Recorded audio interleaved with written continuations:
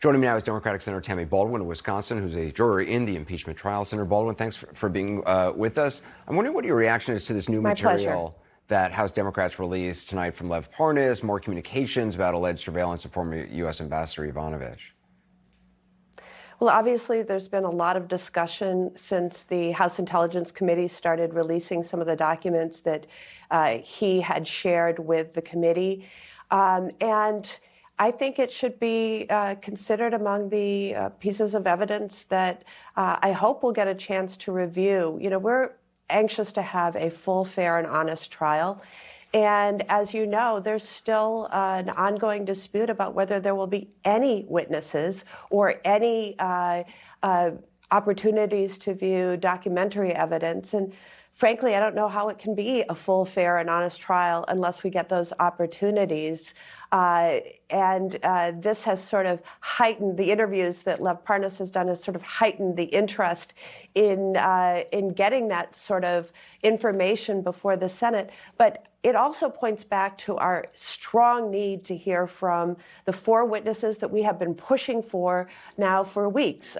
Former National Security Advisor John Bolton, as acting Chief of Staff Mick Mulvaney, and Robert Blair and Michael Duffy, who are both high-ranking White House officials with firsthand direct knowledge of all the president's conduct that's being alleged in these articles of impeachment. One of the things that Professor Dershowitz was saying was if Democrats get the witnesses they want to have, that Republicans should be able to have witnesses as well. And there's been indications from some Republicans that they would like to have, Hunter Biden or Vice President Biden. Does that make sense to you?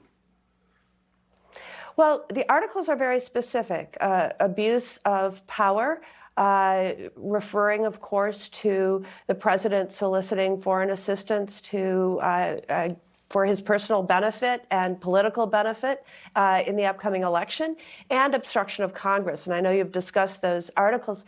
I have no idea what relevant and firsthand information somebody like Hunter Biden could provide that would provide any clarity on the two articles of impeachment. And so, I don't see a reason why they would want to bring a witness like that forward, given what we're listening to and what we want to get to the bottom of.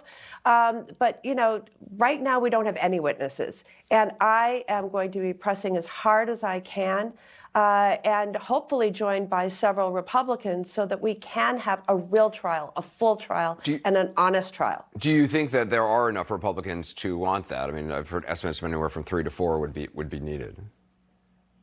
There's a new tally every day. It strikes me that just a week ago, Mitch McConnell was saying that he had the votes of the Republican caucus to not allow witnesses.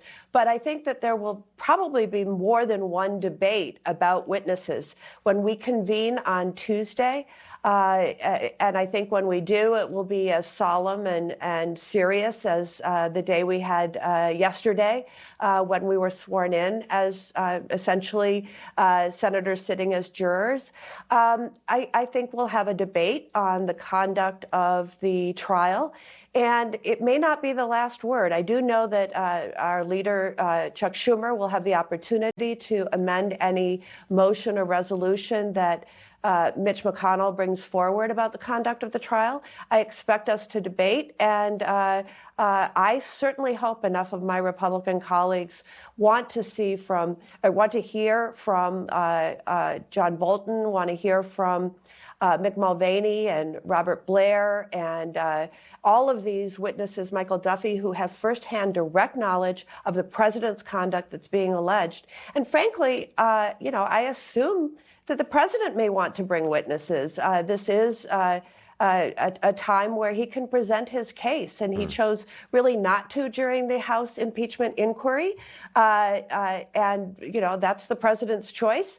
But I think that it would, behoove him, now that he has his full legal team announced, to be thinking about the case that he's going to present.